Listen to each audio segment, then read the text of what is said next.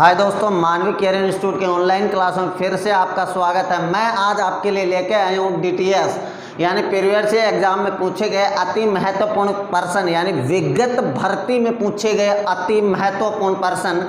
दोस्तों क्या होता है कि आजकल अपन थोड़े बहुत जैसे मान लो इजी क्वेश्चन एग्जाम में कर लेते हैं, पहले कर लेते हैं और अपन को लगता है यही क्वेश्चन एग्जाम में आते हैं। नहीं दोस्तों, आजकल क्वेश्चन का स्टैंडर्ड आता है। जैसे मैं क्वेश्चन लेके आया हूँ आपके सामने, ये देखिए दोस्तों, इजी भी हैं और इनके बारे में अपन को चर्चाएं भी करनी है कि किस प्रकार के क्या क्वेश्चन एग्जाम में पूछे जाते हैं। दोस्तों आज से डीटीएस स्टार्ट हो गया अपना टॉपिक। पीछे जो चल रहे हैं जैसे ब्लड रिलेशन टॉपिक चल रहा था वो भी चल रहा है अपना मानवी कैरियर इंस्टीट्यूट के। आप मतलब यूट्यूब चैनल पर आप देख सकते हो, कोई दिक्कत नहीं है। ये भी यही मिलेगा, इंस्टाग्राम पे मिलेगा और मैं जल्द ही इंस्टाग्राम पर आपको मानवी ऑनलाइन क्लासों में आपको डीटीएस उपलब्ध करवाऊंगा। दिन में मतलब सुबह आपको डीटीएस मिल जाएगी और शाम को 7 से 8 या 4 से 5 जो भी मेरी क्लास होगी उसमें उसका सॉल्यूशन होगा।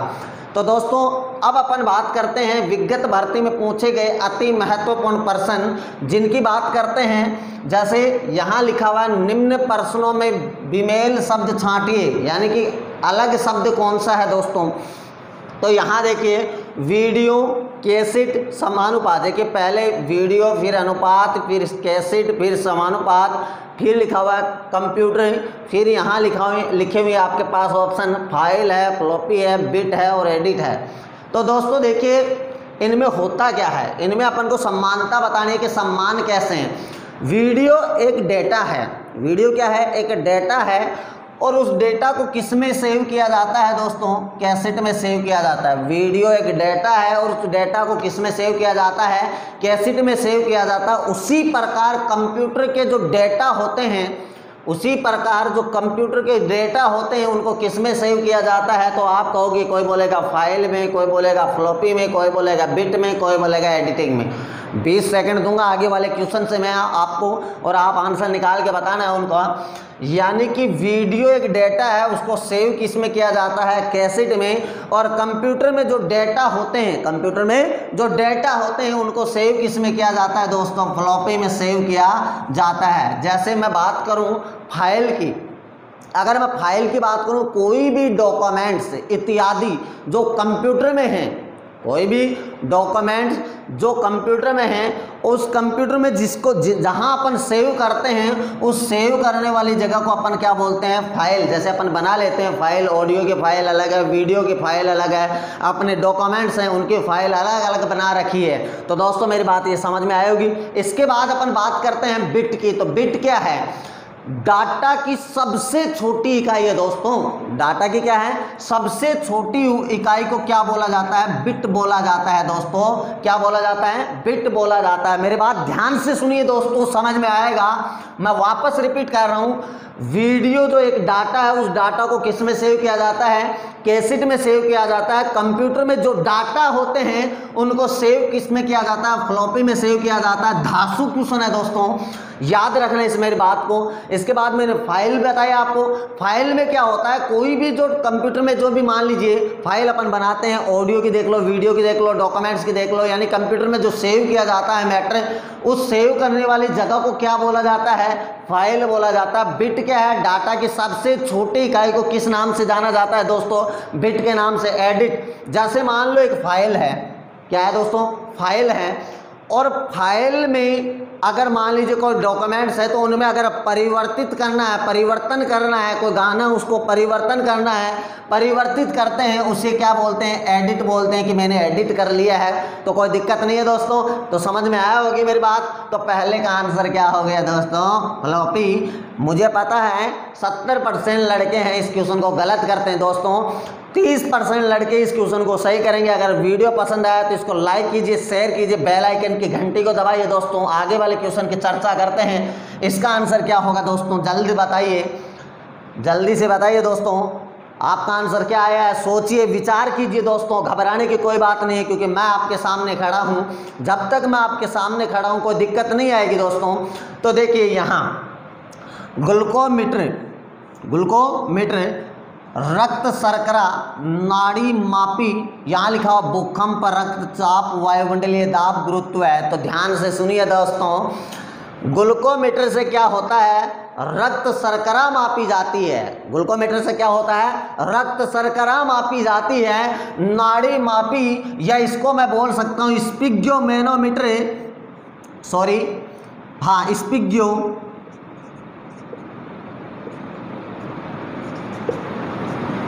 मैनोमीटर, नाड़ी मापी बोल सकता हूँ, या स्पिग्योमेनोमीटर। स्पिग्योमेनोमीटर से याद आया होगा दोस्तों, रक्तचाप क्या मापा जाता है, रक्तचाप। देखिए ग्लूकोमीटर से रक्त शर्करा मापी जाती है, तो नाड़ी मापी से क्या मापा जाता है, रक्तचाप, या आप बोल सकते हो स्पिग्योमेनोमीटर। यहाँ आपको स्पिग्योमेनोमीटर भी मिल सकता है दोस्तों, तो आप क्या बोलोगे, रक्तचाप को मापा जाता है। अगर बात करूं भूकंप की तीव्रता किससे मापी जाती है, सिस्मोग्राफ से दोस्तों।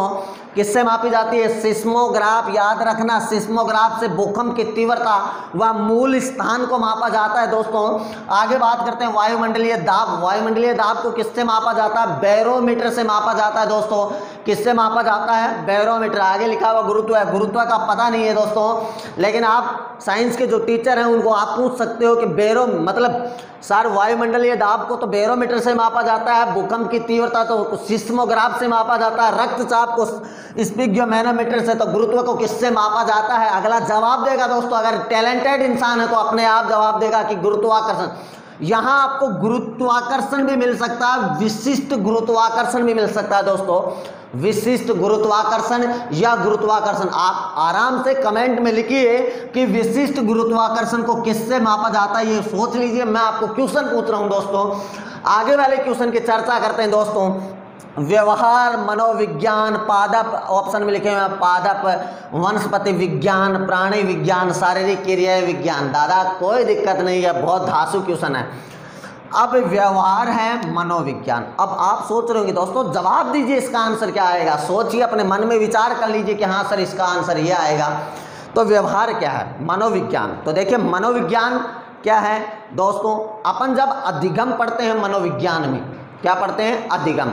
अधिगम की परिभाषा ये लिखी होती है, दैनिक जीवन में अपन अलग अलग प्रयोग करते हैं। जैसे दैनिक जीवन में अपन अलग अलग प्रयोग करते हैं। जैसे मान लो एक छोटा बच्चा है 2 साल का या 3 साल का, वो अग्नि में हाथ देता है और अग्नि से उसको जलन होती है तो वो बाहर कर लेता है। क्या कर लेता है, हाथ को बाहर कर लेता है। उसमें एक स्थायित्व है, यानी स्थायी परिवर्तन आ गया दोस्तों। वो दोबारा उस अग्नि में हाथ नहीं देगा। इसे क्या बोलते हैं, अधिगम बोलते हैं। यानी दैनिक जीवन में अनेक प्रकार की व्यवहार में परिवर्तन, यानी व्यवहार में परिवर्तन बोल सकते हो, या आप बोल सकते हो कि दैनिक जीवन में अपन नए नए प्रयोग करते हैं। उन प्रयोगों में स्थायी परिवर्तन हो, स्थायी परिवर्तन होने को अपन क्या बोल देंगे, अधिगम बोल देंगे। यानी व्यवहार है वो किससे रिलेटिव है, मनोविज्ञान से रिलेटिव है। ध्यान से सुनना दोस्तों, आप अगर कोई रीट का बच्चा है तो याद रखना, स्थायी परिवर्तन को क्या बोला जाता है, अधिगम बोला जाता है। लेकिन मादक पदार्थ, जी हाँ, मान लो कोई खैनी वेनी दाब रहे, कोई ड्रिंक कर रहे, मादक पदार्थ ले रहा है, वो अधिगम नहीं है दोस्तों। वो निश्चित समय के लिए नहीं है, स्थायी नहीं है। वो 2 घंटे में नशा उतर जाता है, 3 घंटे में नशा उतर जाता है। जैसे मैं मान सकता हूँ कि अधिगम, इसको मैं बोल सकता हूँ, जैसे आप पढ़ रहे हो, आप में जिज्ञासा है, आप पढ़ते रहते हो, तो आप में क्या है, अधिगम है दोस्तों। तो मैं क्या बोलूँगा, व्यवहार किससे रिलेटिव है, मनोविज्ञान। या मनोविज्ञान में क्या होता है, व्यवहार होता है। अब देखिए मनोविज्ञान में क्या होता है, व्यवहार। तो आप देखिए वनस्पति विज्ञान में किसका अध्ययन होता है, पादप का होता है कि नहीं होता दोस्तों। अरे किसका होता है दोस्तों, पादप का। अब बात करें यहाँ पादप, तो पादप में क्या होता है, कुछ नहीं होता है दोस्तों। प्राणी विज्ञान, प्राणियों के बारे में जानकारी देना, कि जैसे कबूतर है, कोयल है, किसी और मान लीजिए कोई भी जानवर मान लो, वो किस में आता है, प्राणी विज्ञान। मनुष्य भी किस में है, प्राणी विज्ञान में। शरीर क्रिया विज्ञान, तो शारीरिक जो क्रियाएं होती है उसके बारे में। लेकिन पादप के बारे में कौन सी है, वनस्पति। वनस्पति मतलब क्या होता है, पादप ही तो होता है दोस्तों। तो ये क्या हो जाएगा, पादप विज्ञान में किसका अध्ययन होता है, सॉरी वनस्पति विज्ञान में किसका अध्ययन होता है, पादप का। और मनोविज्ञान में किसका अध्ययन होता है दोस्तों, व्यवहार का, कि कैसा व्यवहार है इसका। तो मेरी बात समझ में आई होगी दोस्तों। अगला क्वेश्चन देखिए और बताइए जवाब जल्दी से दोस्तों, जल्द कीजिए दोस्तों। अगले क्वेश्चन का आंसर देखिए दोस्तों, माइटोकॉन्ड्रिया। माइटोकॉन्ड्रिया क्या है दोस्तों? माइटोकॉन्ड्रिया में ऊर्जा का क्या होता है? संग्रह होता है। माइटोकॉन्ड्रिया में क्या होता है? ऊर्जा का संग्रह होता है। तो डीएनए, डीएनए किससे रिलेटिव है दोस्तों? किससे रिलेटिव है? वंशानुगत, यानी कि पीढ़ियों के बारे में। जैसे मान लो मेरा पिता है, उसका डीएनए और मेरा डीएनए दोनों बराबर है, सेम है दोस्तों। अगर कोई व्यक्ति की मृत्यु हो जाती है तो वो डीएनए से पहचाना जा सकता है दोस्तों, बालों से पहचाना जा सकता है, नाखूनों से पहचाना जा सकता है। तो दोस्तों ज़्यादा तो मुझे इसके बारे में पता नहीं है, लेकिन जो डीएनए है वो वंशानुगत होता है दोस्तों। और माइटोकॉन्ड्रिया वो क्या होता है? ऊर्जा, यानी ऊर्जा जो संग्रह किया जाता है, मतलब माइटोकॉन्ड्रिया ऊर्जा का शक्ति ग्रह बोला जाता है, और डीएनए है वो वंशानुगत होता है दोस्तों। तो इसका याद रखना, आंसर ए हो जाएगा। आगे वाली बात करते हैं, मरुस्थल, मरग मरीचिका, महासागर, अल नीनो, वहेल, झंझावत, ओला। तो देखिए मरुस्थल में मान लीजिए अपन खड़े हैं और अपन दूर देखते हैं तो किसी पेड़ के नीचे आपको जल दिखाई देता है, मरग मरीचिका। या आप जैसे रोड पे चल रहे हो, रोड पर आपको पानी दिखाई देता है, लेकिन नज़दीक जाते हैं तो कुछ वहाँ पानी नहीं होता है दोस्तों। यानी मरुस्थल में क्या पाया जाता है? मरग मरीचिका। और महासागर में क्या पाया जाता है दोस्तों? El Nino. अल नीनो मतलब धाराएं बहती हुई नजर आती है, जान ऐसा लगेगा कि पानी बह रहा है दोस्तों। और आप देखिए मरुस्थल में भी आपको मरग मरीचिका मतलब पानी बहता हुआ नजर आ रहा है कि हाँ यार वहाँ पानी है, अपन पी लेते हैं। जैसे मान लो अब गर्मियों का टाइम है तो आप बार बार ये सोचते हो, मान लीजिए आपको प्यास लगी हुई है और आप चल रहे हो तो रोड पर आपको पानी दिखता है, आप सोचते हो कि यार पानी दिख रहा है, वहाँ ठंड होगी, लेकिन ठंड तो अपने अंदर पड़ी है इस टाइम। तो दोस्तों मैंने क्या बोला, मरुस्थल में क्या होता है? मरग मरीचिका। और महासागर में क्या होती है? El Nino. वैसे वहेल भी होती है लेकिन वो बहती थोड़ी है दोस्तों। झंझावत पता नहीं है दोस्तों, किसी जीके के टीचर को पूछना। ओला आपको पता ही है, बारिश का समय चल रहा है, इस समय खूब ओले पड़ रहे हैं, तो दोस्तों ओले आप सोच ही लिया होगा आपने। आगे वाले क्वेश्चन की बात करते हैं, 525, 25, 315, आगे क्या होगा? तो दोस्तों 525 दिया हुआ है, 25 का स्क्वायर कितना होता है? 625। 625 तो नहीं है, तो फिर क्या करें दोस्तों? तो ये नियम होते हैं, पहले अंतर, फिर भाग, फिर गुणा, फिर ऐसे मान लो आप चलते रहते हो, फिर वर्ग है, फिर घन है, फिर शब्दों में देखते हो कि भाज्य कौन सी है, भाज्य कौन सी है। तो लेकिन ये तो सिंपल है दोस्तों, 25 का भाग इसमें दो, 25 का भाग इसमें दो। कितनी बार गया? 21 बार गया। कितनी बार गया दोस्तों? 21 बार। अब देखिए यहाँ देखिए सर 15 दिख रहा है मुझे, 10 का भाग दूंगा 31.5, 15 का दिया कितना हुआ सर? 21 आ रहा है क्या? देख लो, 15 दूनी 30, एक बच गया, 15 हो गया, 15 एक 15। इसका मतलब यहाँ कितना आ जाएगा दोस्तों? 15 आ जाएगा। तो आंसर हो जाएगा बी। तो दोस्तों इसका स्क्रीनशॉट ले लो, आगे अपन चर्चा करते हैं नेक्स्ट। हाँ तो दोस्तों अब बात करते हैं क्वेश्चन नंबर 7। 6 क्वेश्चन पीछे हो गए, 7वें क्वेश्चन की अपन बात करते हैं। और लिखा हुआ है निम्न प्रश्नों में विषम पद छांटिए या चुनिए। अब दोस्तों इसमें क्या होता है वो ध्यान से देखिए। जैसे यहाँ ऑप्शन लिखा हुआ है 3/7, 7/2, 4/13, इसमें डी में है 13/16। देखिए अंश और हर के रूप में लिखा हुआ है, अंश और हर के रूप में लिखा हुआ है, अंश बटा हर। तो देखिए यहाँ अंश कितना है? 3 और हर 7, यहाँ 7/2, यहाँ 4, यहाँ 13, यहाँ 13, यहाँ 16। तो अंश छोटा है किससे? हर से। यहाँ देखा अंश छोटा है किससे? हर से। यहाँ अंश छोटा है किससे? हर से। लेकिन यहाँ अंश बड़ा है किससे दोस्तों? हर से। इन तीनों में अंश को तो छोटा दिखाया गया और हर को क्या दिखाया गया है? बड़ा। अंश छोटा है, हर बड़ा, अंश छोटा, हर बड़ा, अंश छोटा, हर बड़ा। और यहाँ क्या हो रहा है? अंश तो हो रहा है बड़ा और हर क्या हो रहा है दोस्तों? छोटा। तो इसका मतलब इसका आंसर क्या हो गया दोस्तों? बी हो गया। ये बात मेरी समझ में आई होगी दोस्तों।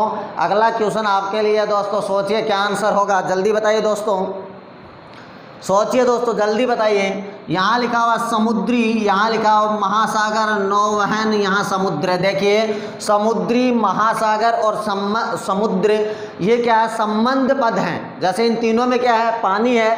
लेकिन नौवहन, नौवहन का मतलब होता है वहन, परिवहन। जैसे जहाज हैं, जहाज क्या है? परिवहन। इनमें तो ये तो पानी दिया हुआ है और ये क्या है सर? परिवहन है। तो इसका मतलब विषम शब्द कौन सा हो गया? नौवहन हो गया दोस्तों। बात समझ में आई होगी।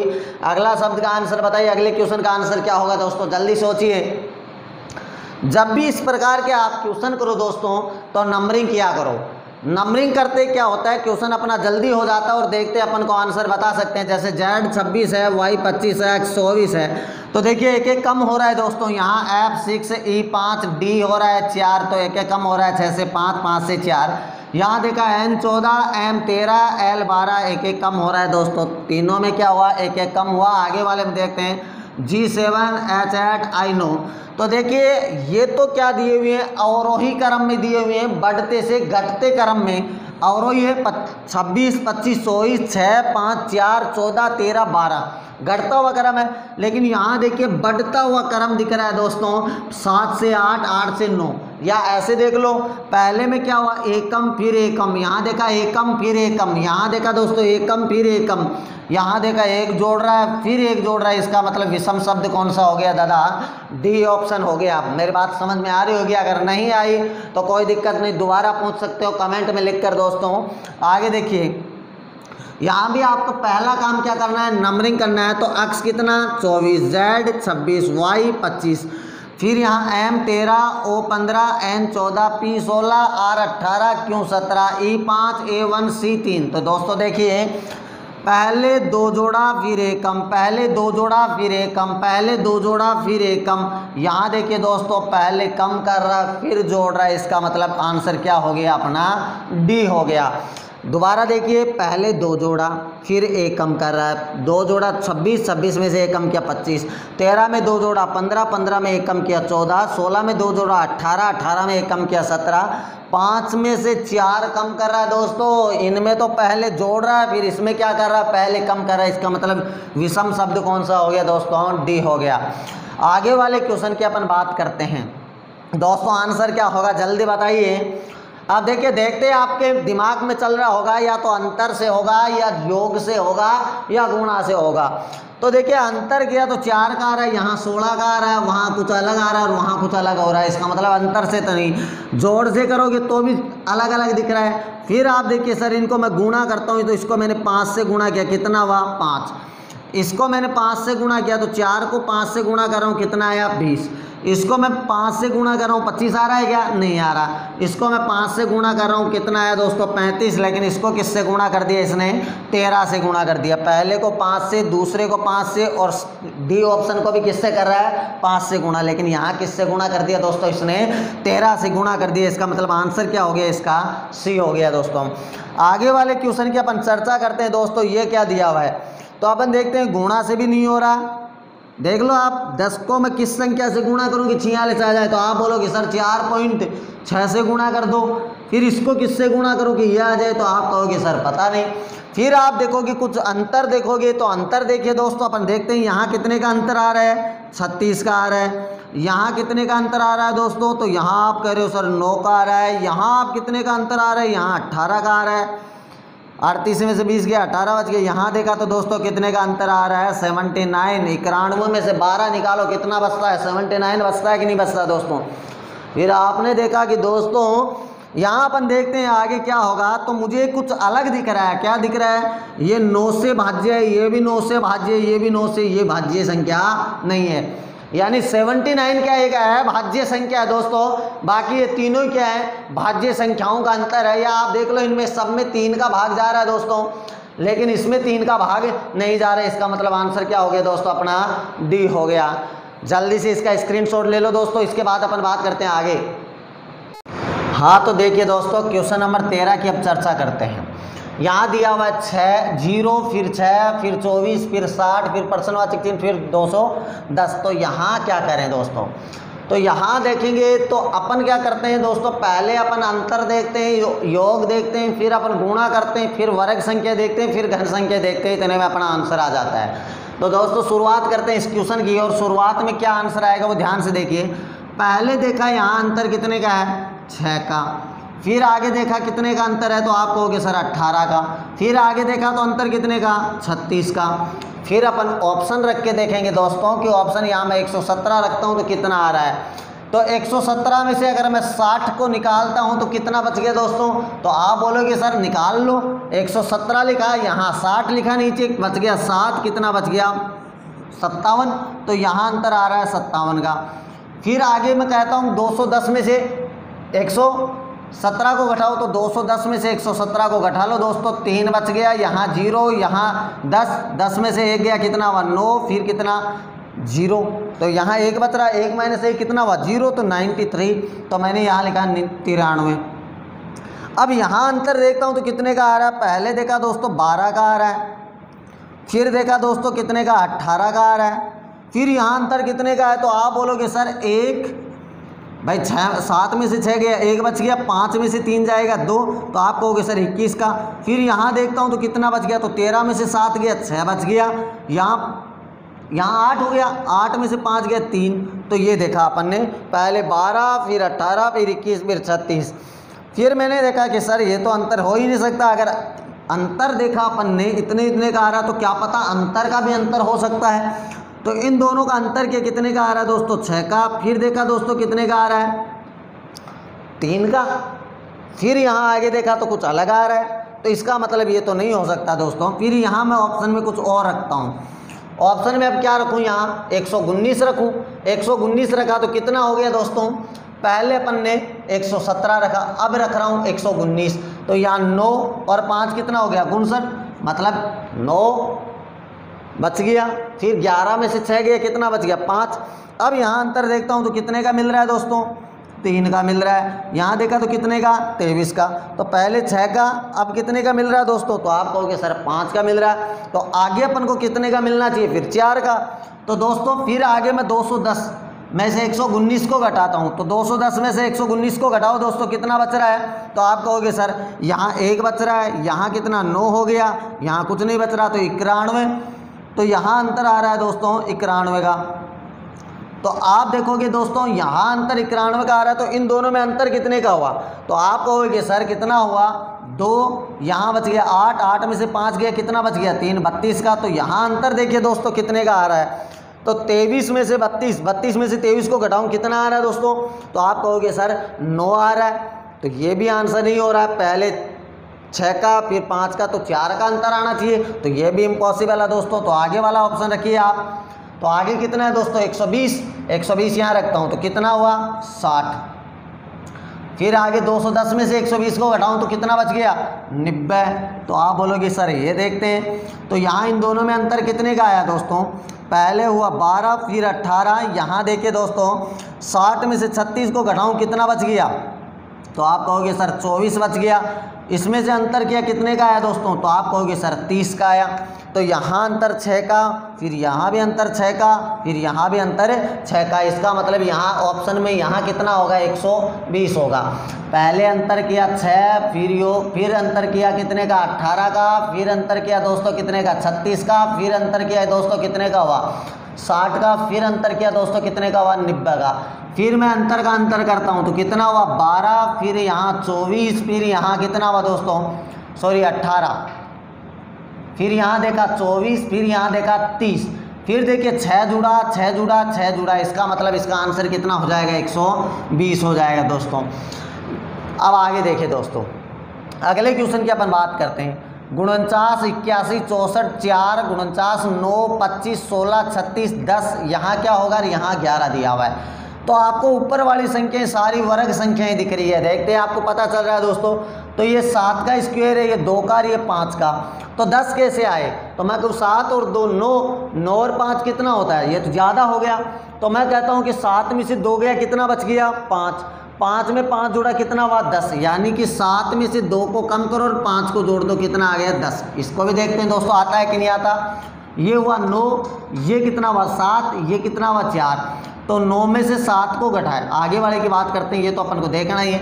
ये 8 64 किसका वर्गमूल है? 8 का। इसकी मूल संख्या क्या है? 8। ये 3, ये कितना हो गया? 6। 8 में से 3 गया, कितना बच गया? 5। 5 में 6 जोड़ा, कितना हुआ? 11। इसका मतलब दोस्तों ये हुआ कि इनका वर्गमूल कीजिए, वर्गमूल करने के बाद पहली संख्या में से दूसरी संख्या घटाओ और तीसरी संख्या जोड़ दो, आगे वाला आंसर आ जाएगा।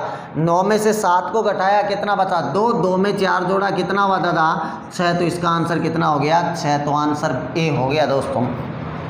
आगे वाले क्वेश्चन की चर्चा करते हैं दोस्तों, ध्यान से सुनिए। घड़ी 7:30 बजे का समय दिखा रही है, यदि मिनट की सुई पश्चिम दिशा को इंगित कर रही है तो घंटे की सुई किस दिशा को इंगित करेगी दोस्तों, ध्यान से देखिए।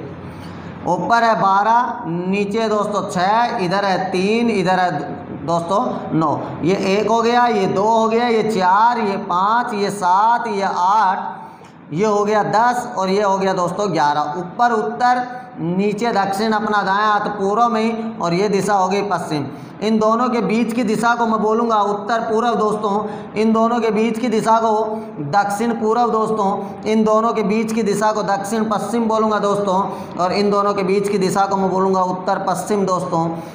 अब इसने कहा 7:30 बजे का समय दिखा रही है, 7:30 बजे का मतलब यहाँ तो होगी घंटे वाली सुई और मिनट वाली यहाँ होगी।